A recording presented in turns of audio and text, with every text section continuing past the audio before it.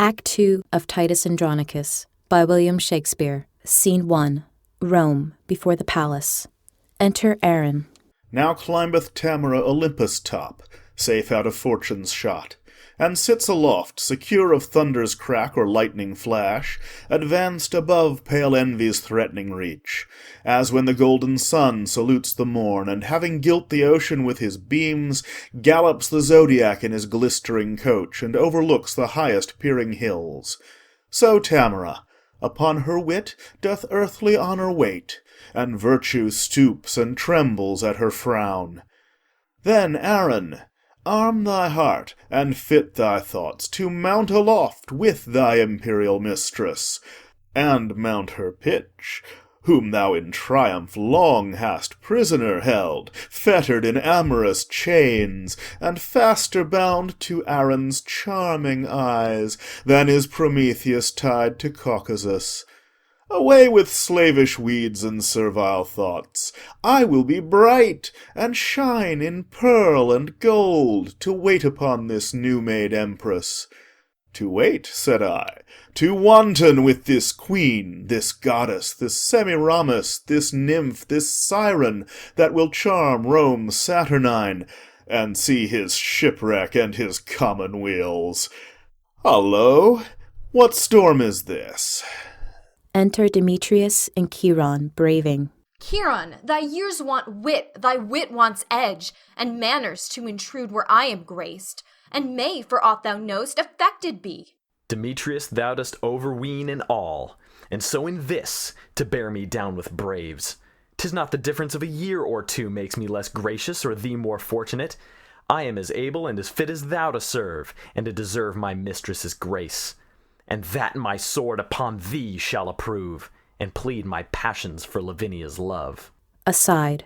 Clubs, clubs, these lovers will not keep the peace. Why, boy, although our mother, unadvised, gave you a dancing rapier by your side, are you so desperate grown to threat your friends? Go to, have your lath glued within your sheath till you know better how to handle it. Meanwhile, sir, with the little skill I have, full well shalt thou perceive how much I dare. Ay, boy, grow ye so brave? They draw. Coming forward. Why, how now, lords? So near the emperor's palace dare you draw and maintain such a quarrel openly? Full well I wot the ground of all this grudge.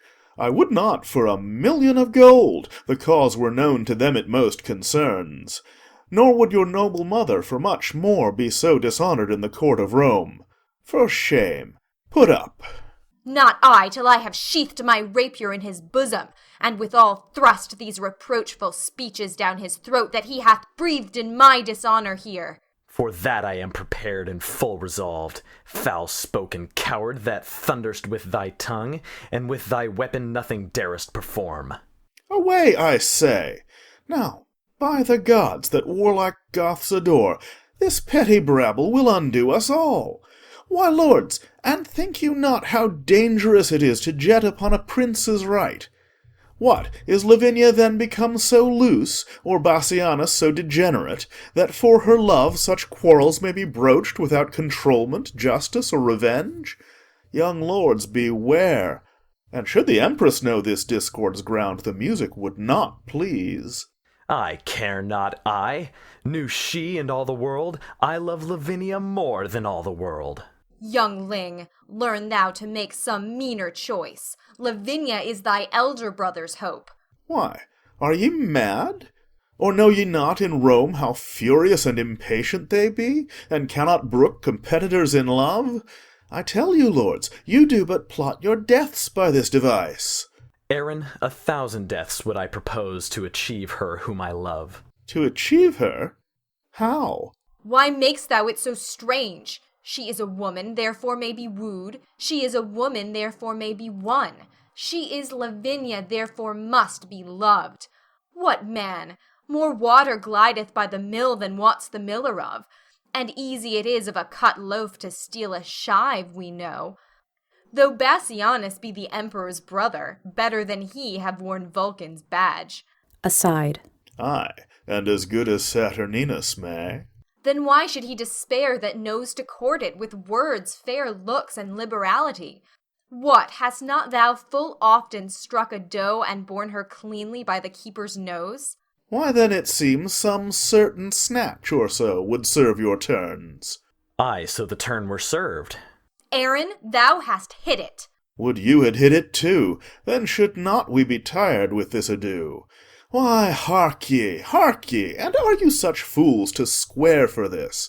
Would it offend you, then, that both should speed? Faith, not me. Nor me, so I were one. For shame! Be friends, and join for that you jar. 'Tis policy and stratagem must do that you effect, and so must you resolve that what you cannot as you would achieve, you must perforce accomplish as you may. Take this of me, Lucrece was not more chaste than this Lavinia Bassianus love. A speedier course than lingering languishment must we pursue, and I have found the path. My lords, a solemn hunting is in hand. There will the lovely Roman ladies troop. The forest walks are wide and spacious, and many unfrequented plots there are, fitted by kind for rape and villainy.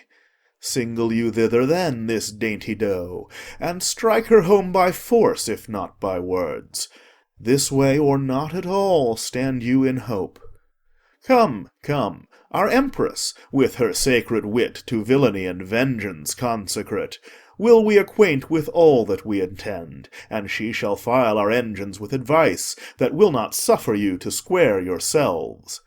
But to your wishes' height advance you both. The emperor's court is like the house of fame, the palace full of tongues, of eyes and ears. The woods are ruthless, dreadful, deaf and dull. There speak and strike, brave boys, and take your turns. There serve your lusts, shadowed from heaven's eye, and revel in Lavinia's treasury. Thy counsel, lad, smells of no cowardice. Sit fas aut nefas, till I find the stream to cool this heat, a charm to calm these fits.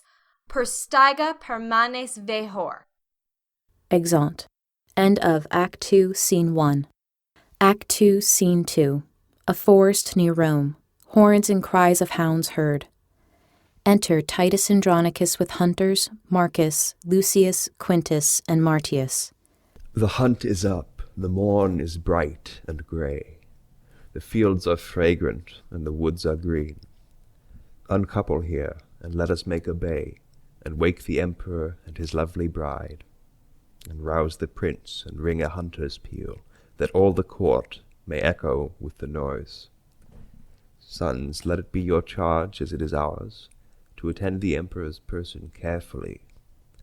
I have been troubled in my sleep this night, but dawning day new comfort hath inspired. A cry of hounds and horns, winded in a peal. Enter Saturnius, Tamara, Bassianus, Lavinia, Demetrius, Chiron, and attendants. Many good morrows to your majesty, madam, to you as many and as good. I promised your grace a hunter's peal. And you have rung it lustily, my lord, somewhat too early for new married ladies. Lavinia, how say you? I say no. I have been broad awake 2 hours and more. Come on, then.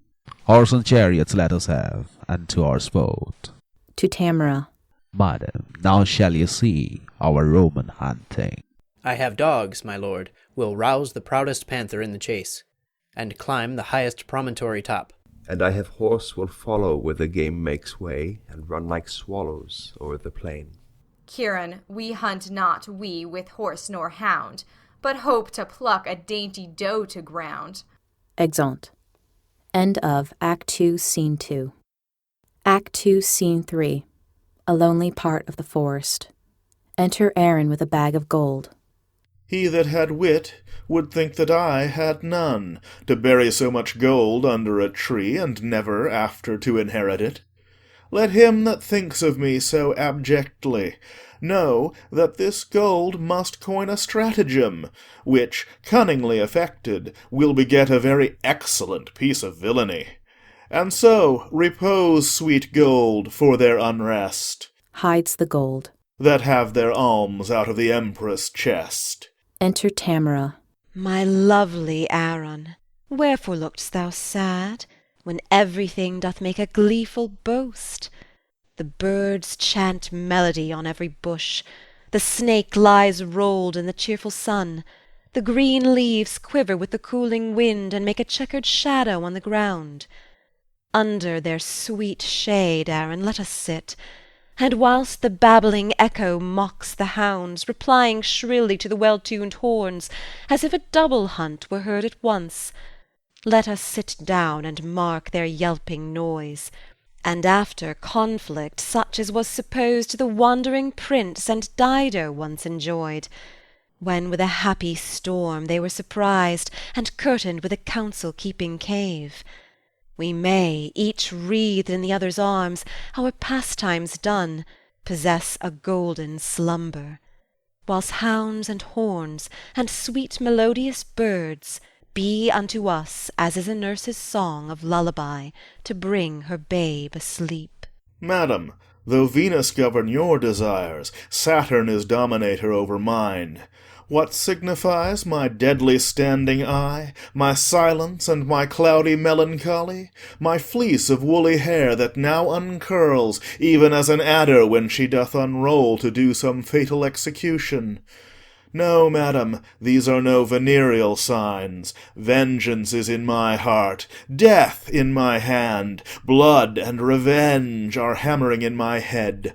Hark, Tamara, the empress of my soul, which never hopes more heaven than rests in thee. This is the day of doom for Bassianus. His Philomel must lose her tongue to-day. Thy sons make pillage of her chastity, and wash their hands in Bassianus' blood. Seest thou this letter? Take it up, I pray thee, and give the king this fatal plotted scroll. Now, question me no more, we are espied. Here comes a parcel of our hopeful booty, which dreads not yet their lives' destruction. Oh, my sweet Moor, sweeter to me than life! No more, great empress. Bassianus comes. Be cross with him, and I'll go fetch thy sons to back thy quarrels, whatsoe'er they be. Exit. Enter Bassianus and Lavinia. Who have we here? Rome's royal empress, unfurnished of her well-beseeming troop? Or is it Dian, habited like her?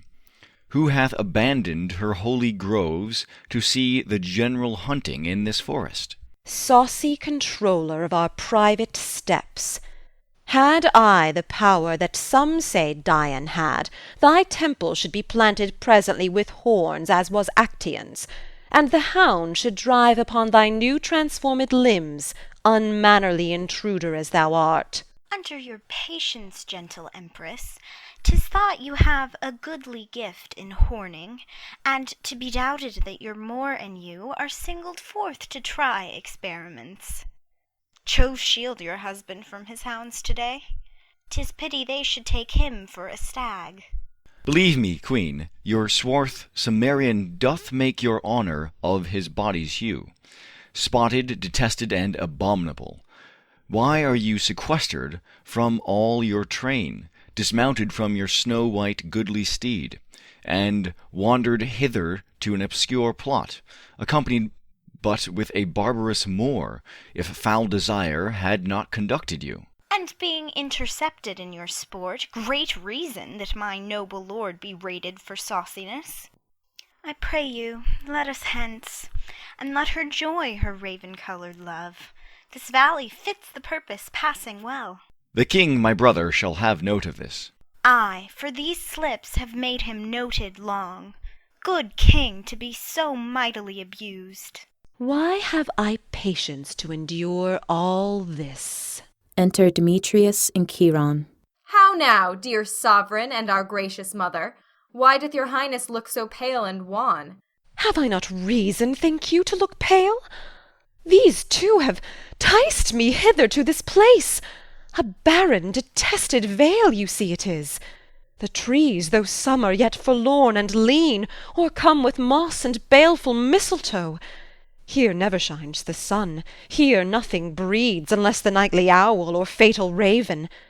And when they showed me this abhorred pit, they told me here at dead time of the night 1,000 fiends, 1,000 hissing snakes, 10,000 swelling toads, as many urchins, would make such fearful and confused cries as any mortal body hearing it should straight fall mad, or else die suddenly.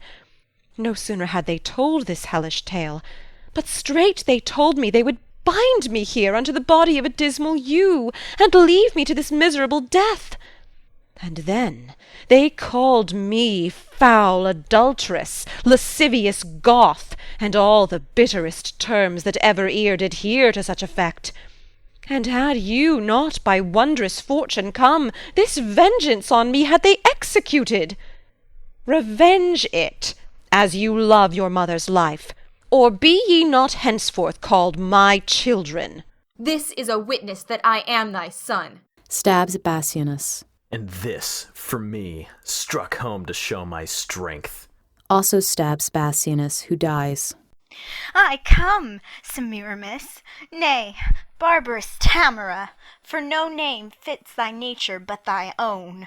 Give me thy poniard. You shall know, my boys, your mother's hand shall right your mother's wrong. Stay, madam, here is more belongs to her. First thrash the corn, then after burn the straw. This minion stood upon her chastity, upon her nuptial vow, her loyalty, and with that painted hope braves your mightiness. And shall she carry this unto her grave? And if she do, I would I were an eunuch. Drag hence her husband to some secret hole, and make his dead trunk pillow to our lust. But when ye have the honey ye desire, let not this wasp outlive us both to sting. I warrant you, madam, we will make that sure. Come, mistress, now perforce we will enjoy that nice preserved honesty of yours. O Tamara, thou bear'st a woman's face. I will not hear her speak. Away with her. Sweet lords, entreat her hear me but a word. Listen, fair madam. Let it be your glory to see her tears, but be your heart to them as unrelenting flint to drops of rain. When did the tiger's young ones teach the dam? Oh, do not learn her wrath, she taught it thee. The milk thou suck'st from her did turn to marble. Even at thy teat thou hadst thy tyranny. Yet every mother breeds not sons alike. To Chiron. Do thou entreat her show a woman pity. What, wouldst thou have me prove myself a bastard? 'Tis true the raven doth not hatch a lark. Yet have I heard, oh, could I find it now, the lion moved with pity did endure to have his princely paws pared all away.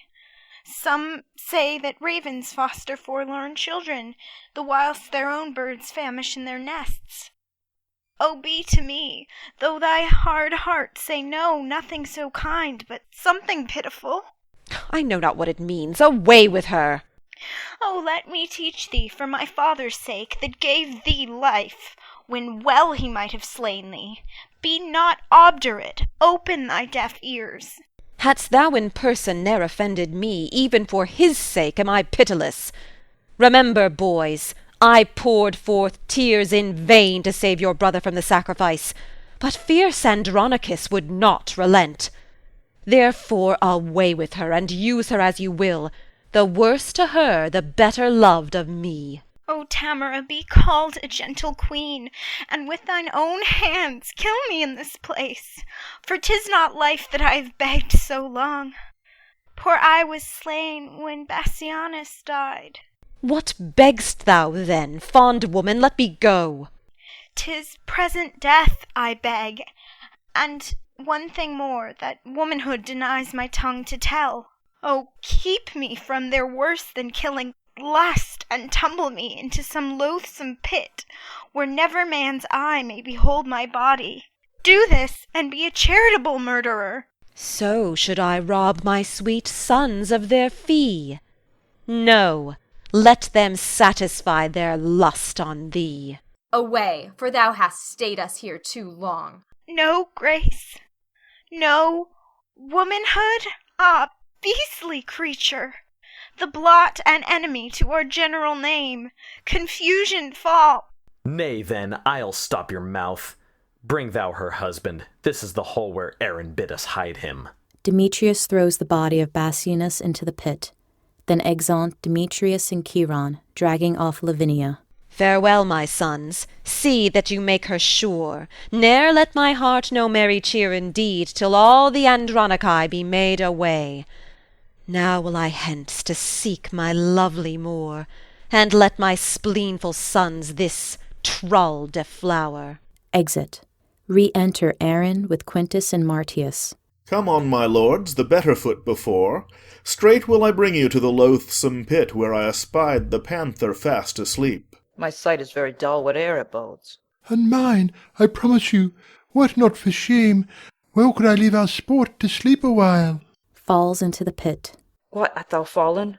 What subtle hole is this, whose mouth is covered with rude-growing briars, upon whose leaves are drops of new-shed blood, as fresh as morning dew distilled on flowers?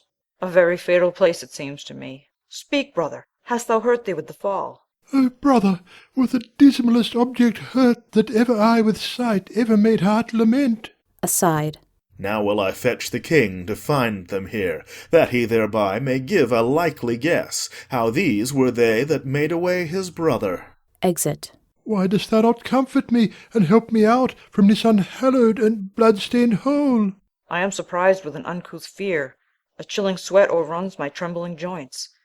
My heart suspects more than mine eye can see. To prove thou hast a true divining heart, Aaron and thou look down into this den, and see a fearful sight of blood and death. Aaron is gone, and my compassionate heart will not permit mine eyes once to behold the thing whereat it trembles by surmise. Or tell me how it is, for ne'er till now was I a child, to fear I know not what. Lord Basanius lies embrued here, all of a heap, like to a slaughtered lamb, in this detested dark blood-drinking pit. If it be dark, how dost thou know 'tis he? Upon his bloody finger he doth wear a precious ring that lightens all the whole, which like a taper in some monument doth shine upon the dead man's earthy cheeks, and shows the ragged entrails of the pit. So pale did shine the moon on Pyramus, when he by night lay bathed in maiden blood. O brother, help me with thy fainting hand, if fear hath made thee faint, as me it hath. Out of this fell devouring receptacle, as hateful as Cocytus' misty mouth. Reach me thy hand that I may help thee out. Or wanting strength to do thee so much good, I may be plucked into the swallowing womb of this deep pit. Poor Bassianus' grave. I have no strength to pluck thee to the brink. Nor I, no strength to climb. Without thy help. Thy hand once more. I will not loose again, till thou art here aloft, or I below. Thou canst not come to me. I come to thee. Falls in. Enters Saturnius with Aaron. Along with me, I'll see what hole is here, and what he is that now is lipped into it. Say, who art thou that lately didst descend into this gaping hollow of the earth? The unhappy son of old Andronicus, brought hither in a most unlucky hour to find thy brother Basanius dead. My brother dead? I know thou dost but jest. He and his lady both are at the lodge, up on the north side of this pleasant chase. It is not an hour since I left him there. We know not where you left him all alive, but out, alas, here have we found him dead. Re-enter Tamara with attendants, Titus Andronicus and Lucius. Where is my lord the king? Here, Tamara, though grieved with killing grief. Where is thy brother Bassianus? Now to the bottom dost thou source by wound. Poor Bassianus here lies murdered. Then all too late I bring this fatal writ, the complot of this timeless tragedy, and wonder greatly that man's face can fold in pleasing smiles such murderous tyranny. She giveth Saturnius a letter. Reads. And if we miss to meet him handsomely, sweet huntsman, Bassianus it is we mean, do thou so majestic the grave for him. Thou knowest our meaning. Look for thy reward among the needles at the elder tree, which oversees the mouth of that same pit, where we decreed to bury Bassianus. Do this and purchase us thy lasting friends. O Tamara, was our heart the like, This is the pit, and this the elder tree. Look, sirs, if you can find the huntsman out that should have murdered Bassiana's hair. My gracious lord, here is the bag of gold. To Titus. 2 of thy whelps, fell curs of bloody kind, have here bereft my brother of his life. Sirs, drag them from the pit unto the prison. There let them bide until we have devised some never heard of torturing pain for them. What, are they in this pit? Oh, wondrous thing, how easily murder is discovered!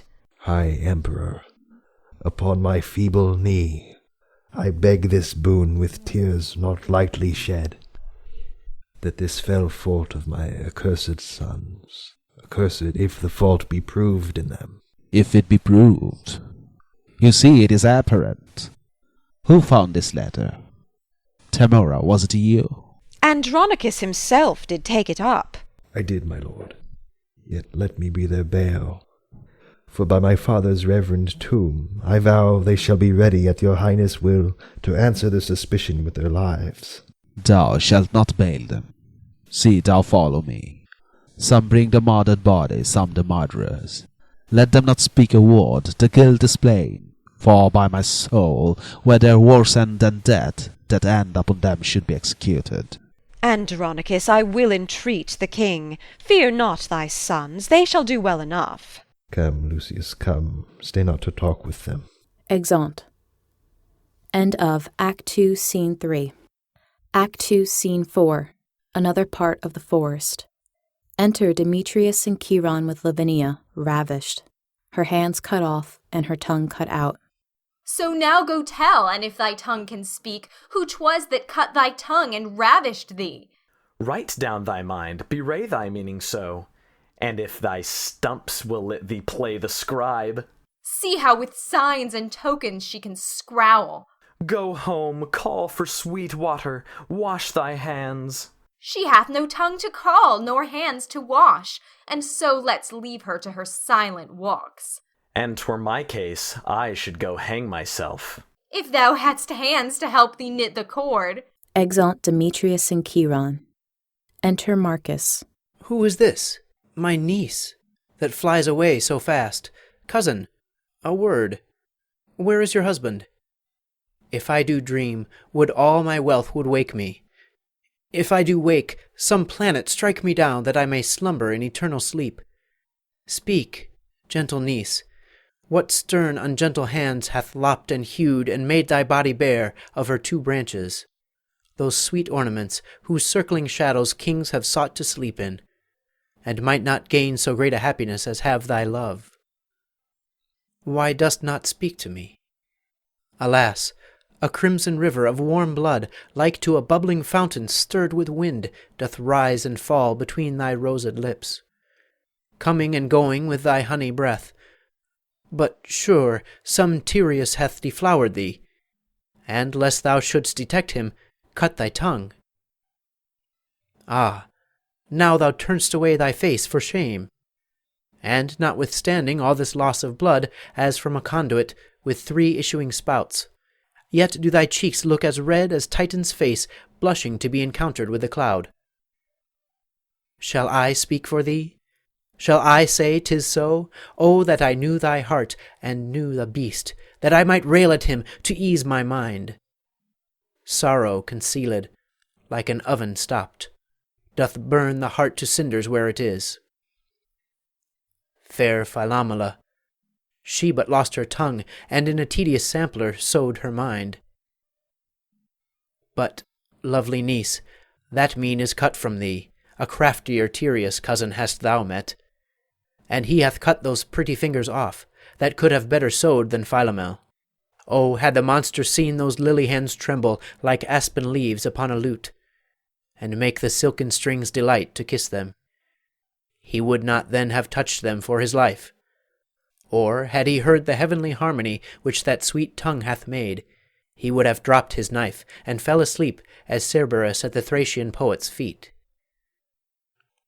Come, let us go, and make thy father blind, for such a sight will blind a father's eye. 1 hour's storm will drown the fragrant meads. What will whole months of tears thy father's eyes?